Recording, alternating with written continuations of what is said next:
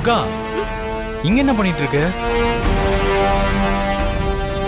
இவரை எங்கேயோ பார்த்த மாதிரி இருந்துச்சு, அதான் யாருன்னு கேட்கலான்னு வந்தேன். திருவிழாக்கு வந்திருக்காருன்னா இங்க பக்கத்து ஊருக்காரரா தான் இருக்கும். மார்க்கெட்டு கோவில்னு எங்கேயாவது பார்த்திருப்ப. அப்படி இல்ல சின்னையா, ஒரு நாள் முழுக்க இவர் நம்ம கூடவே இருந்த மாதிரி தோணுது. ஏன்பா, உனக்கு நாங்க யாருன்னு தெரியுமா?